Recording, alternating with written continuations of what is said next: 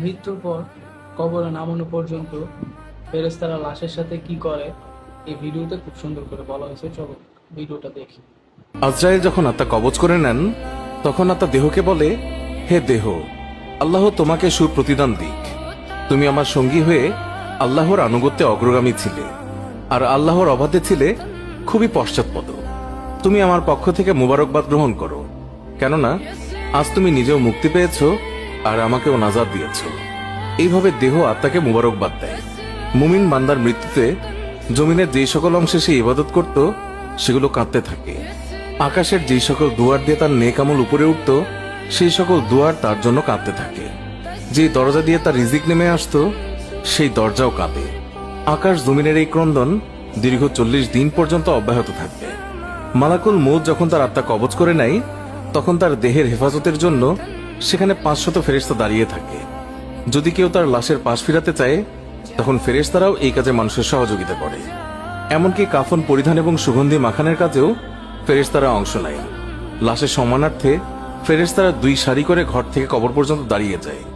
জানাজা পর্যন্ত অতিক্রম করে, তখন তারা অভ্যর্থনা জানায়, তার জন্য ক্ষমা প্রার্থনা করে।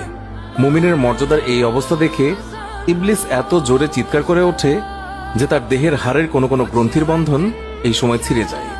সে আক্ষেপের সাথে তার সঙ্গীদের বলতে থাকে, তোমাদের সর্বনাশ হোক, এই বান্দা তোমাদের ফাঁদ থেকে কিভাবে ফসকে গেল। ইবলিসের সঙ্গীরা বলে, এ নিষ্পাপ ছিল, তাই আমাদের ফাঁদে আটকায়নি। মালাকুল মউত যখন তার আত্মাকে নিয়ে আকাশে আরোহণ করে, তখন হযরত জিবরাইল আলাইহিস সালাম 70,000 ফেরেশতা নিয়ে তাকে অভ্যর্থনা জানায়। আর সকল ফেরেশতারা তার কাছে আল্লাহ তাআলার সন্তুষ্টির সুসংবাদ জানাতে থাকে। মালাকুল মউত যখন আত্মাটিকে নিয়ে আরশের নিকট পৌঁছেন, তখন সে আল্লাহ তাআলার কাছে সিজদায় পতিত হয়ে যায়। আর সেই সময় আল্লাহ তাআলা ইরশাদ করেন, হে মালাকুল মউত, তুমি আমার বান্দাকে নিয়ে জান্নাতের বাগানে রেখে এসো। তারপর তাকে কবরে নামার পর নামাজ তার ডান দিকে এবং রোজা তার বাম দিকে এসে দাঁড়িয়ে যায়। আল্লাহর রিজিক এবং কোরআন তেলাওয়াত এসে দাঁড়িয়ে যায় তার সিধানের দিকে। পায়ের দিকে দাঁড়িয়ে যায় জামাতের সাথে নামাজ পড়ার জন্য মসজিদের দিকে গমন। আর তার ধৈর্য কবরের এক কোনায় অবস্থান নেয়। এই সময় আল্লাহ তাআলা তার কবরে আযাবের একটি অংশ প্রেরণ করেন।